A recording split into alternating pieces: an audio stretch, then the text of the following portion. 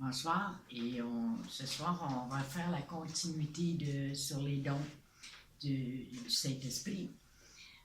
Nous allons parler sur les 9 dons spirituels,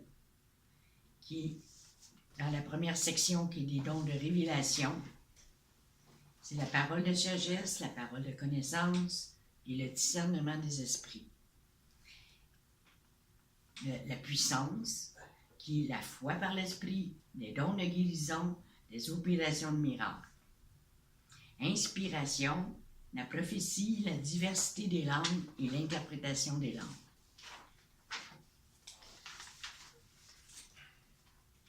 Mais avant de commencer, j'aimerais vous parler de qu'est-ce qui empêche l'Église ou les ministères de bien fonctionner et ce qui manque dans le corps de Christ au niveau de les dons. Sur les dons. Le premier point, c'est les personnes qui ne connaissent pas leurs dons spirituels. Le deuxième, c'est ceux qui n'acceptent pas leurs dons et ne connaissent pas leurs limites dans leurs dons. Le troisième point, c'est ceux qui envient les dons des autres. Et le quatrième, ceux qui jugent ou qui rejettent ceux qui opèrent différemment les dons. Et le cinquième, c'est ceux qui ne discernent pas le corps de Christ. Il faut avoir une vision globale dans l'Église et les ministères. C'est d'accepter les dons que les gens ont, les recevoir. Et si vous l'allez vérifier avec 1 Corinthiens 12, de 18 à 29. Mais qu'est-ce qu'il faut faire? Il faut laisser Jésus être la tête et nous être soumis à la tête, qu'il est Christ. Puis être un corps qui accepte et connaît ses dons. Ça aide. Discerner le corps de Christ doit être animé par 2 éléments. L'amour pour Jésus et les frères et les sœurs. Et la vie avec Jésus et donner cette vie aux autres. Nous avons reçu Jésus en nous. C'est ça notre mission, c'est de le partager avec nos frères et nos sœurs. Et à chaque personne, le Seigneur a donné des dons. Et c'est des dons différents pour chacun. Et oui, on peut retrouver chez notre frère, notre sœur les mêmes dons. Tant mieux, parce que vous pouvez vous comprendre plus mutuellement. Mais en sachant quels sont vos dons, à ce moment-là, ça aide aussi à les manifester davantage. C'est ça le but, c'est de manifester vos dons davantage pour les faire bénéficier aux autres, parce que les dons nous sont donnés pour l'utilité commune. Alors, nous allons voir le premier don, qui est la parole de sagesse. Nous retrouvons dans le livre de Paul aux Corinthiens, dans le chapitre 12, 13 et 14. Pour vous aider un peu à vous situer dans ces 3 chapitres-là, je vais vous donner des indices. Dans le chapitre 12, ça nous explique ce que sont les 9 dons spirituels. Dans le chapitre 13, c'est la motivation derrière les dons spirituels. Et dans le chapitre 14, l'utilisation des dons spirituels pour l'utilité commune. Dieu a donné le Saint-Esprit à chaque Église. Les 9 dons s'y trouvent latents. À chaque Église, c'est chez nous l'Église. Nous sommes chaque croyant de l'Église. Il faut prendre les 9 dons du chapitre 12, les tremper dans le chapitre 13, qui est l'amour, et les utiliser comme dans le chapitre 14. Donc, ça donne une idée de méditer là-dessus sur les 3 chapitres que je viens de vous donner. À l'un est donné par l'Esprit une parole de sagesse, dans 1 Corinthiens 12, 8. Ce don fait descendre la sagesse de Dieu dans nos cœurs. La sagesse et l'intelligence de Dieu sont sans limite. Il sait toutes choses pour toutes les situations et tous les événements. Nous avons besoin de sagesse pour nous conduire droitement, pour être dirigés dans la bonne direction et prendre des décisions valables dans de nombreuses situations difficiles que nous rencontrons sur notre route. Cette sagesse de Dieu vient d'une façon surnaturelle dans nos cœurs, et lorsque nous l'exprimons, il en résulte une parole de sagesse. La définition, c'est la faculté que Dieu nous donne de recevoir d'une façon surnaturelle de la sagesse de la part de Dieu au moment où cette sagesse est nécessaire. Vous savez, je vais vous donner tantôt des exemples de sagesse dans la Bible qui vont vous aider à voir. Il y a 4 sortes de sagesse. La première, c'est la sagesse diabolique. Elle vient de Satan et a pour but de créer le mal, la division et la destruction, et de mener à terme les buts et les desseins du diable. Vous retrouvez ça dans Jacques 3, 14, 16. Nous allons aller voir cela. Jacques 3, 14, 16.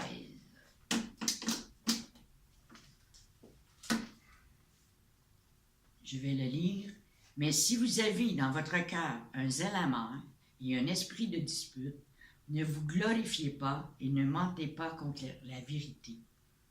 Cette sagesse n'est point celle qui vient d'en haut, mais elle est terrestre, charnelle et diabolique. Car là où il y a un zèle amer et un esprit de dispute, il y a du désordre et toutes sortes de mauvaises actions. Il y avait ce problème-là dans l'église de Corinthe. Alors, c'est pour ça que Paul a mis de l'ordre dans tout ça.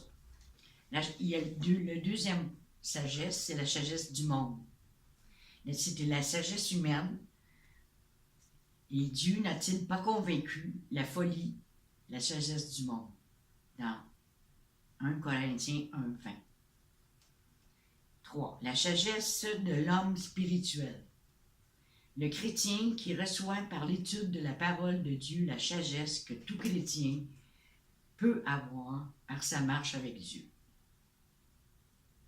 Ne pas confondre avec le don de la parole de la sagesse. On lit la Bible, puis on devient de plus en plus et on apprend des paroles de sagesse de la Bible.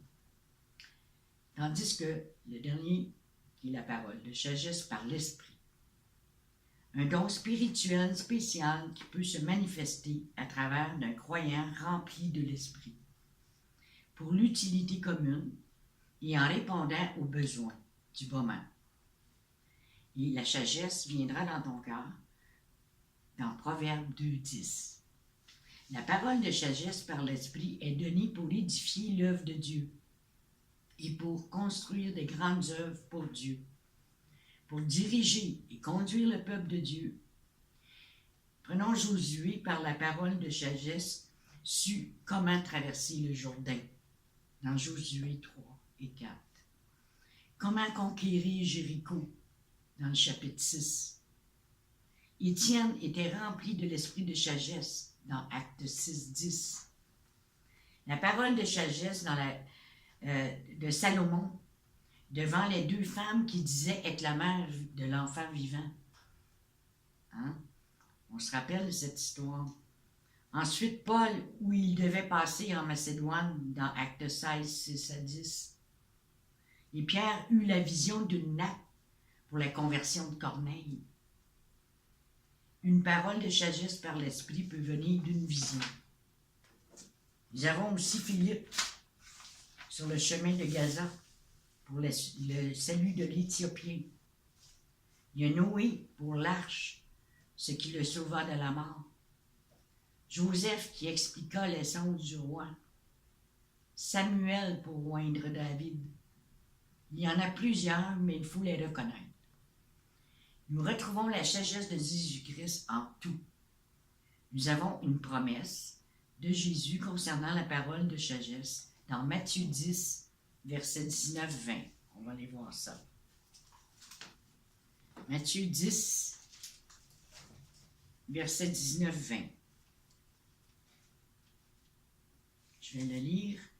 Mais quand on vous livrera Ne vous inquiétez ni de la manière dont vous parlerez, ni de ce que vous direz. Ce que vous aurez à dire vous sera donné à l'heure même. Car ce n'est pas vous qui parlerez, c'est l'Esprit de votre Père qui parlera en vous. Alors c'est puissant. Et la parole de sagesse par l'Esprit peut nous venir de différentes façons. Je vais vous en nommer. Par une voix audible.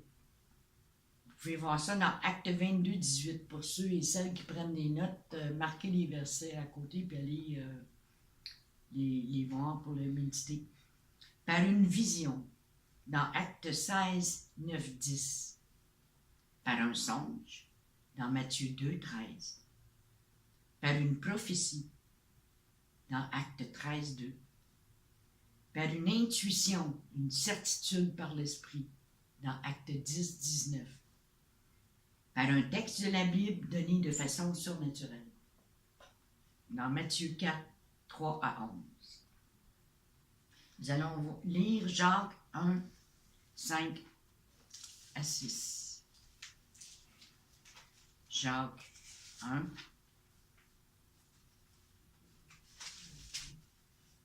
5, 6. Si quelqu'un d'entre vous manque de sagesse, qu'il la demande à Dieu, qui donne à tous simplement et sans reproche, et elle lui sera donnée. Mais qu'il la demande avec foi, sans douter, car celui qui doute est semblable au flot de la mer, agité par le vent et poussé de côté et d'autre. Alors il faut le demander par la foi, une foi véritable. Alors la parole de sagesse, je donnais l'exemple de Salomon. Quand que je vais vous expliquer un peu l'histoire, c'est ces deux mères qui disent que l'enfant est à eux.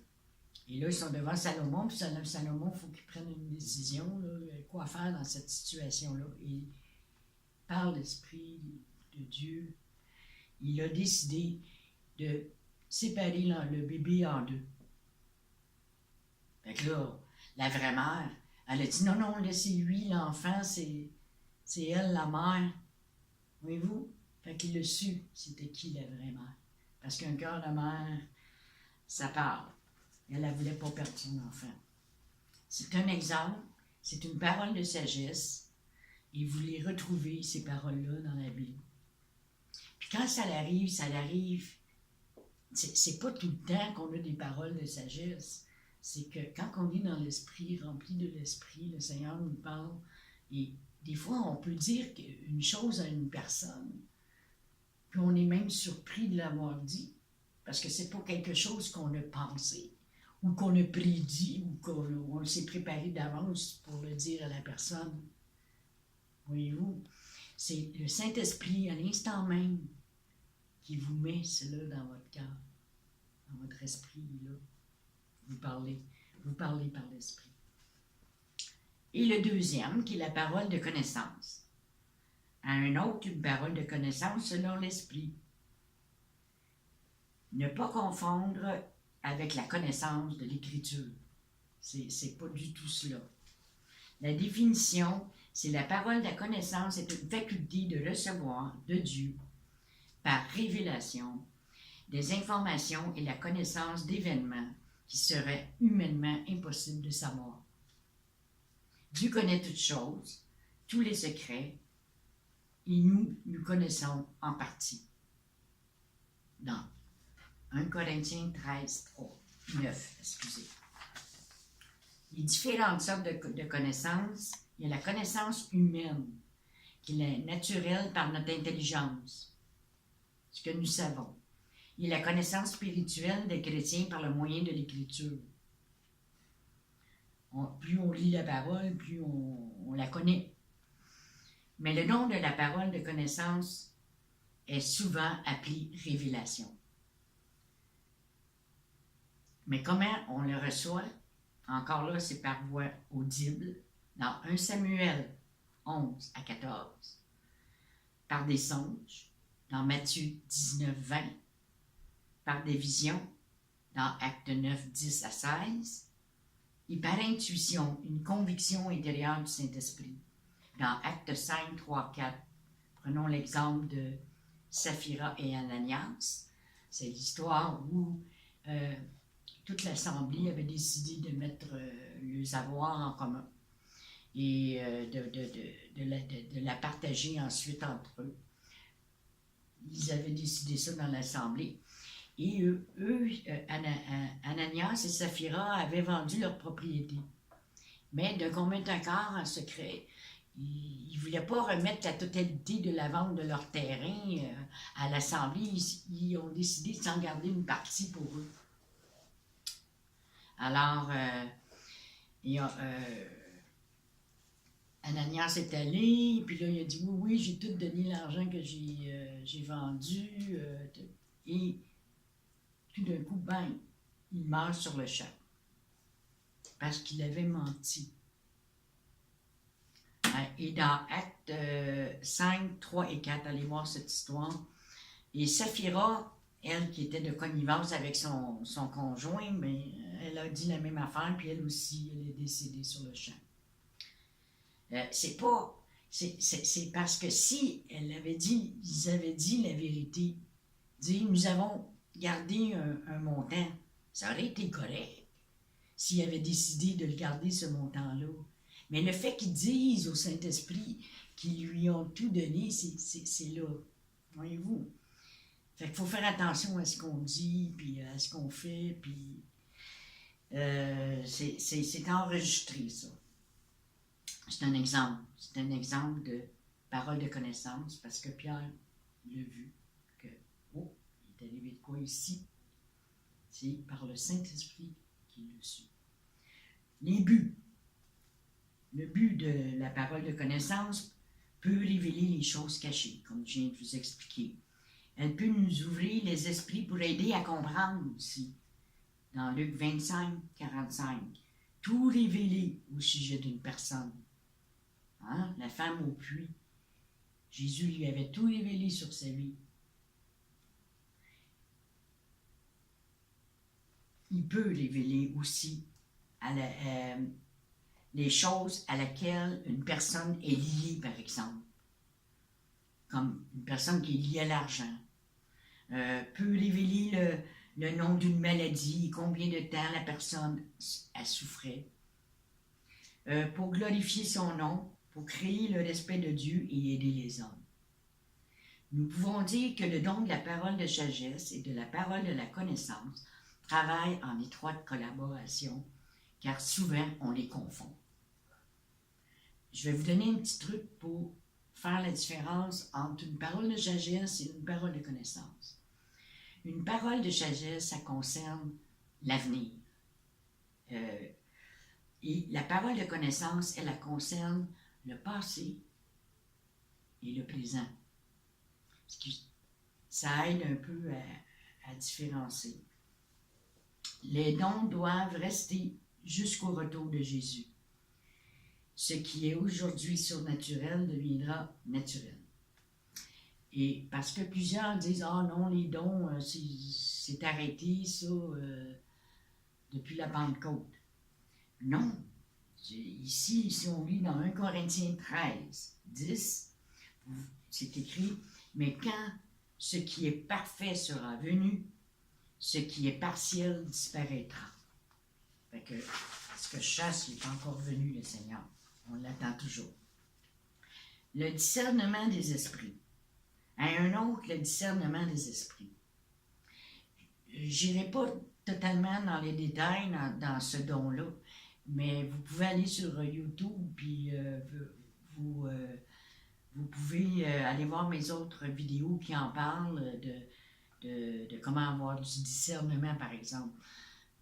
Comme ça, ben, vous pouvez voir les choses expliquées concernant le discernement des esprits.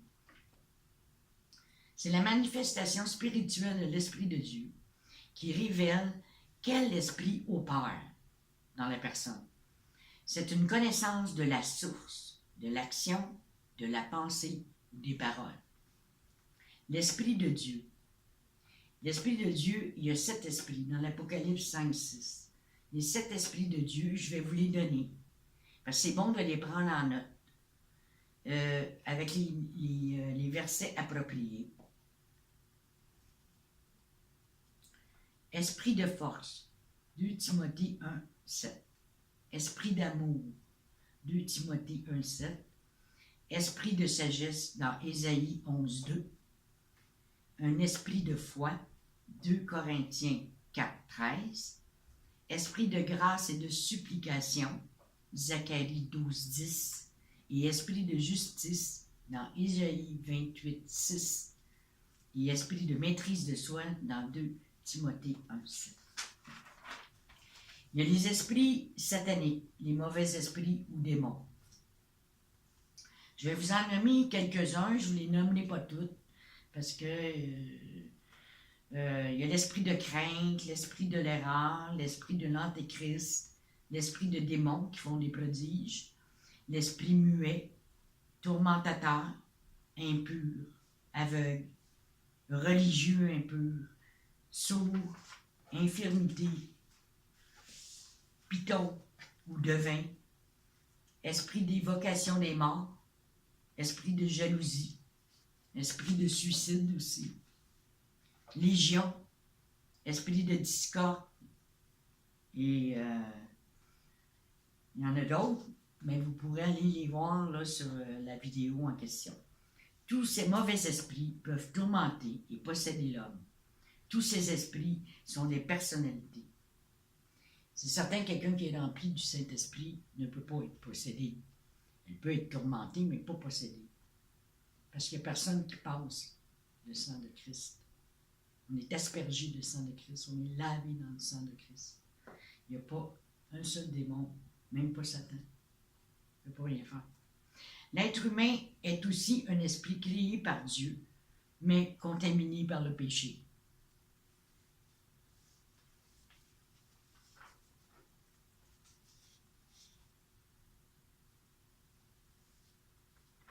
Okay, je vais vous parler les possédés. Le possédé est celui qui a un mauvais esprit dans son esprit, dans son corps. Le mauvais esprit habite l'être humain et demeure à l'intérieur. Ça, c'est un cas de possession. Les caractéristiques impures et mauvaises deviennent donc partie intégrante de la personnalité du possédé. Aucun chrétien, comme je le disais, purifié dans le sang de Jésus ne peut être possédé, parce que l'ange exterminateur ne peut entrer par les portes aspergées de sang. Hébreux 11, 28. Ceux qui sont tourmentés par les mauvais esprits, dans Luc 6, 18. Ceux qui attaquent l'intellect et les pensées, les entourant constamment. Même les chrétiens peuvent être tourmentés de cette manière par des mauvais esprits. À ce moment-là, il faut les chasser.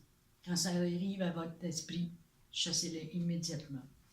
Les esprits de maladie aussi. On peut voir des exemples dans Marc 9, 25 et dans Luc 13, 11. Ces esprits attaquent différents membres du corps.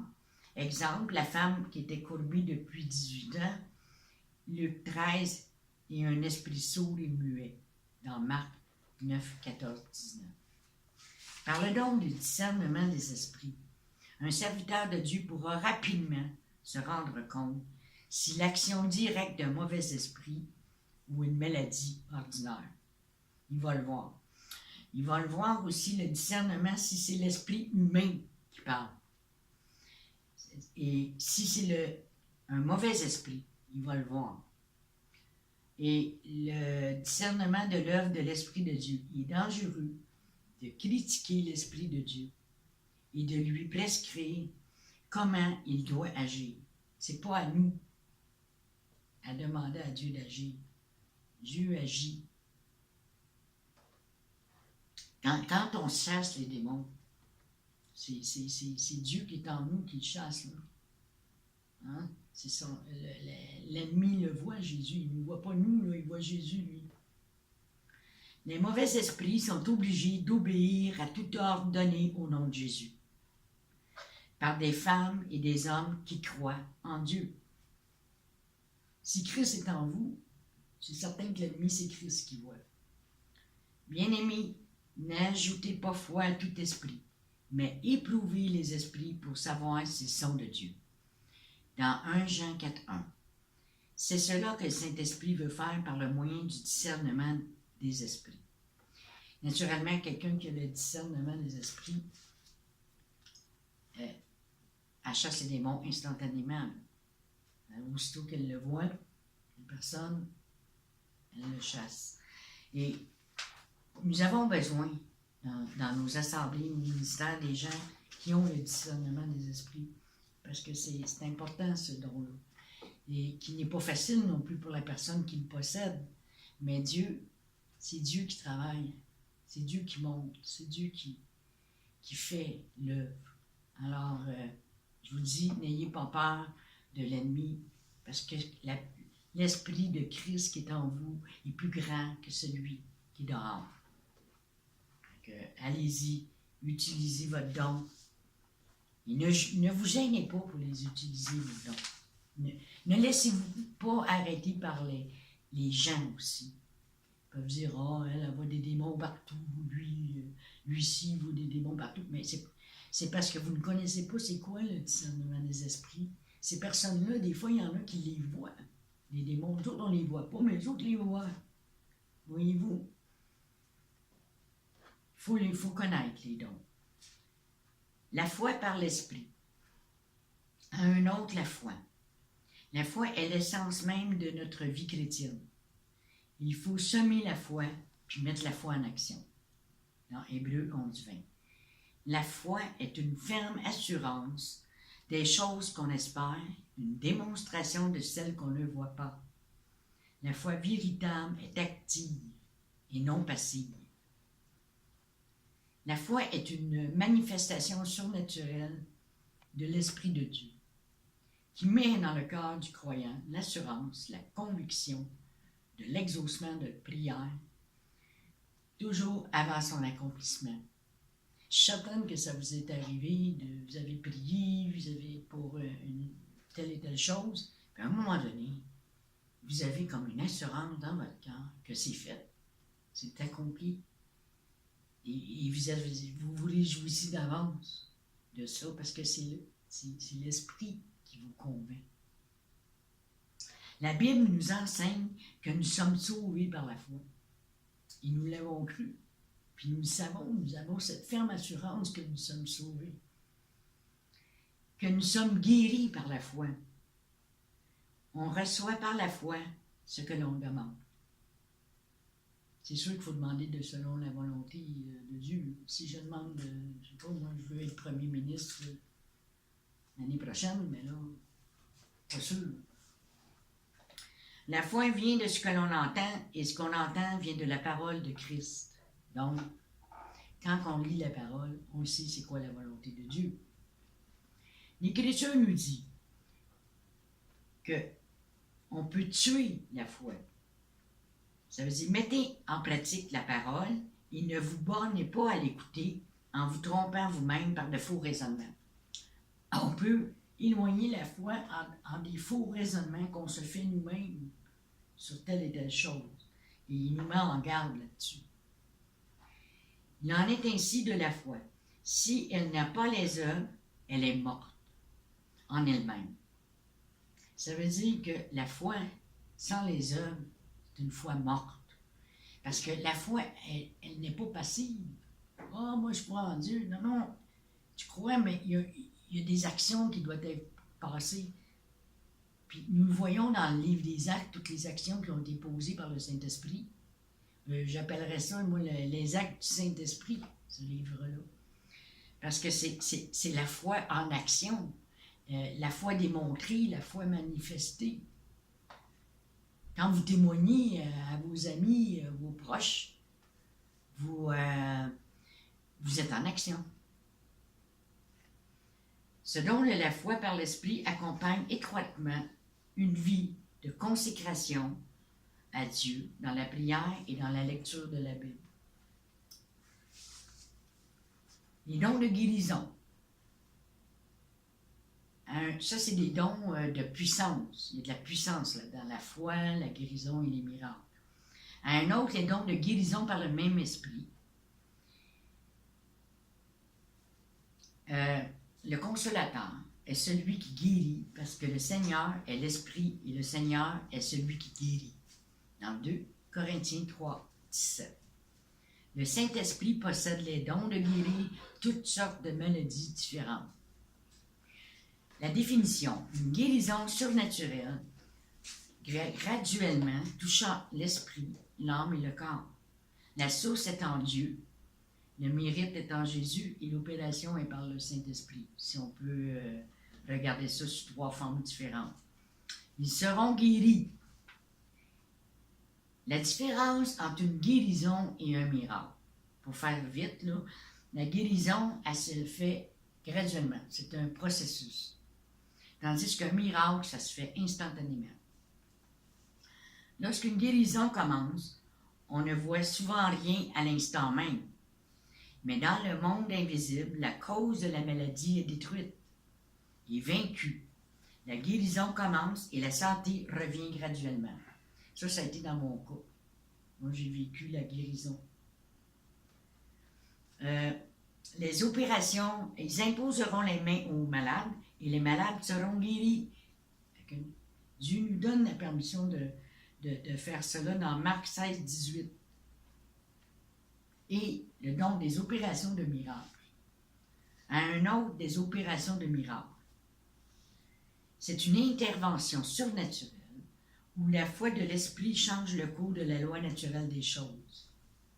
La Bible nous enseigne que le miracle crée la crainte de Dieu, dans Exode 14, 31, et apporte la preuve que l'Éternel est Dieu, ce qui amène les âmes au Seigneur. C'est sûr que les miracles, ça amène que les gens croient. Et il est prouvé scientifiquement que l'esprit humain a besoin de preuves pour être convaincu de quelque chose d'autre que ce qu'il a connu depuis toujours. Jésus est le meilleur psychologue qui soit, et il savait ce qui était nécessaire pour convaincre les hommes. Dieu appuyait leur témoignage par des signes, des prodiges et divers miracles dans Hébreux 4.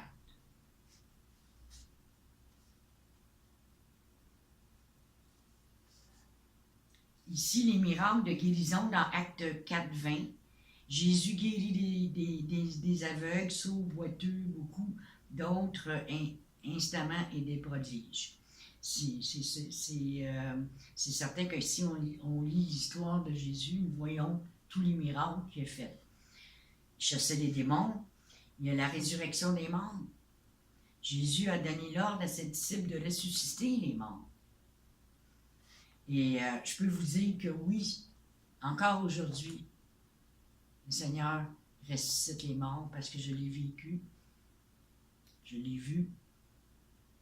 Et oui, encore, Dieu ressuscite les morts. Et les miracles extraordinaires.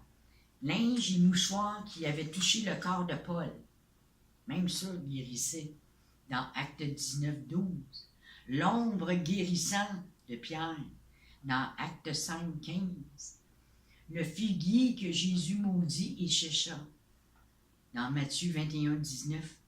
Le manteau d'Élie qui divisa le Jourdain dans 2 Rois 2, 8. Le feu qui descendit en réponse à la prière d'Élie sur le Carmel dans 1 Roi 18, 38, 39. Josué qui arrêta le soleil dans Josué 10, 12 à 14. Le Jourdain qui se déchécha dans Josué 3, 14 à 16. Le bâton de Moïse dans Exode 4. Le passage de la mer Rouge dans Exode 14, 21, 22. Et Jésus qui a changé l'eau en vin. Inspiration. Nous avons la prophétie, la diversité des langues et l'interprétation des langues. La prophétie. Ce n'est pas par une volonté d'homme qu'une prophétie n'a jamais été apportée, mais c'est poussé par le Saint-Esprit que des hommes ont parlé de la part de Dieu. Dans 2 Pierre 1, 21.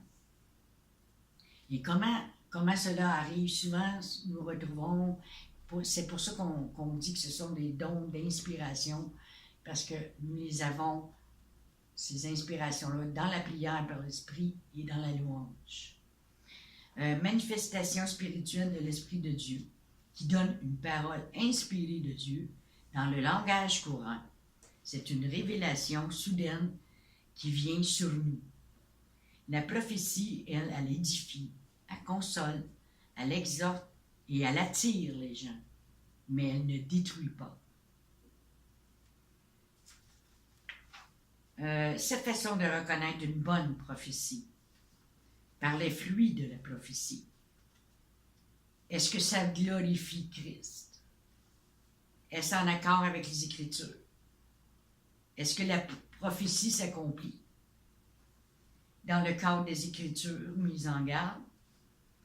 Toute prophétie qui n'est pas de Dieu, si elle produit la liberté qui est de Dieu, ou l'esclave qui n'est pas de Dieu, si l'onction demeure en vous.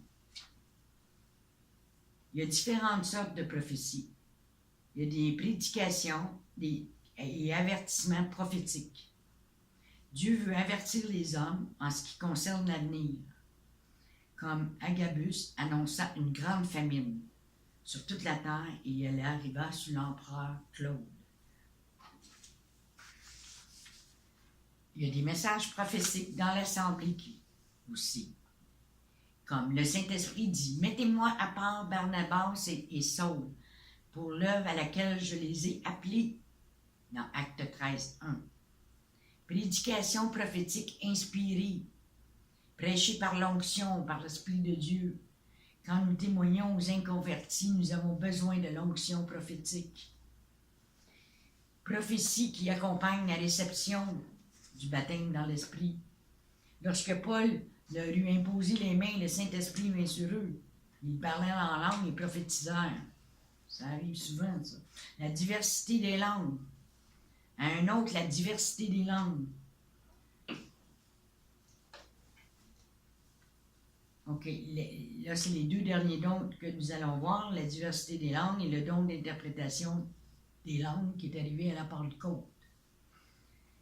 La diversité des langues, c'est une manifestation de l'Esprit employant la voix de l'homme pour parler différentes langues terrestres.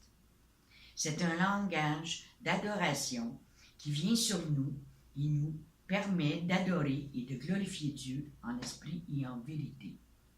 C'est un langage où Satan ne peut pénétrer.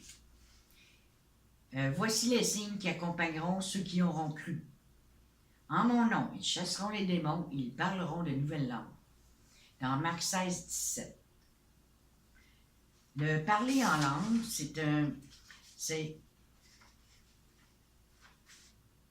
dans Acte 2, 5, 7, il dit « Comment les entendons-nous parler dans nos langues des merveilles de Dieu? » En principe, le parler en langue, c'est qu'on parle des merveilles de Dieu. Et la personne, supposons que je le dis en italien, et la personne dans la salle qui est italienne va comprendre ce qui est dit. Mais quelqu'un qui n'est pas italien, lui, ne comprendra pas. Puis même moi, je ne le comprendrai pas parce que je ne comprends pas l'italien. C'est une langue connue, non apprise. Si je me mets à parler anglais parce que je sais parler anglais, c'est pas ça, là. C'est une langue, vous arrivez à un moment donné, vous parlez chinois et vous n'avez jamais appris le chinois. Un exemple. C'est une langue connue, mais non apprise. Le parler en langue pour l'édification personnelle. Aussi, Paul il nous recommande même de prier par l'Esprit, parce que le Seigneur demande d'avoir des adorateurs en esprit et en vérité. Oui, nous pouvons parler en langue en esprit. Mais dans une assemblée, ce que Paul veut apporter, c'est que si vous avez le don des langues, soyez assurés d'avoir un interprète. Parce que sinon, personne ne va comprendre, ça ne donne rien, puis ça n'édifiera pas personne. Ça va édifier seulement la personne elle-même. Puis celui qui parle en langue s'édifie lui-même. Dans 1 Corinthiens 14, 4.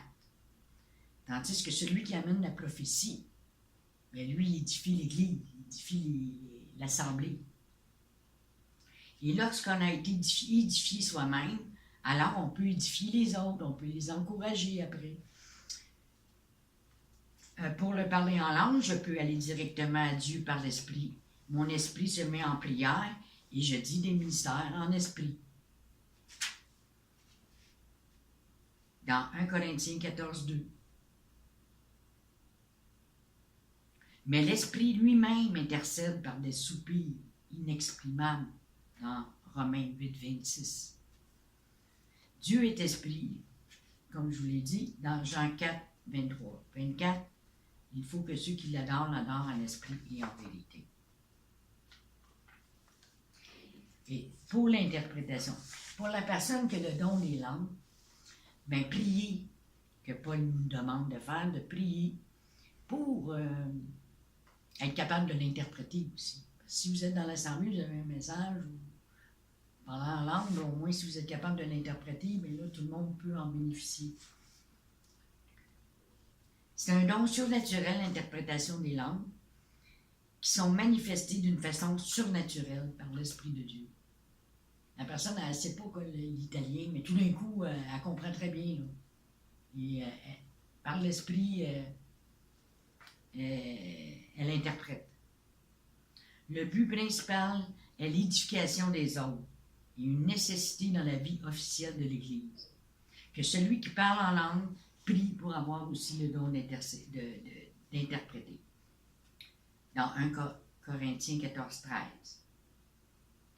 Et s'il n'y en a pas d'interprète dans les assemblées, eh bien, ne parlez pas en langue. C'est tout simple que ça. Mais pourquoi ce don de parler en langue? C'est quoi le but du parler en langue? Le but, c'est que Jésus, de cette façon, en donnant le parler en langue, c'est pour l'évangélisation aux nations. Il donnait, le parler en langue est un signe non pour les croyants, mais pour les non-croyants. Mais de qui parlait-il? De qui? Des non-croyants. C'est les Juifs, parce qu'il a prêché aux Juifs.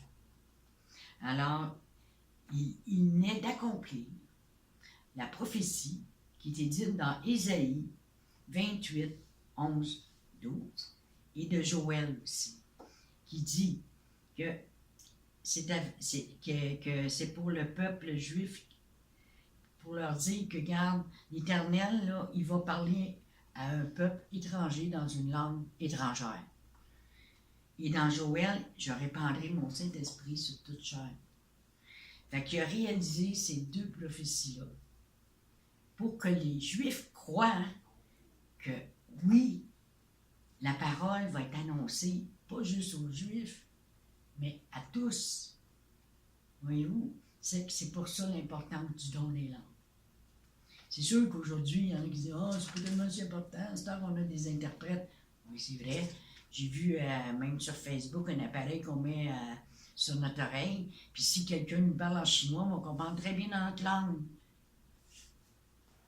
Mais, mettons, un missionnaire, lui, qui n'a pas tous les outils, il s'en va dans un pays, mais ce don-là est essentiel.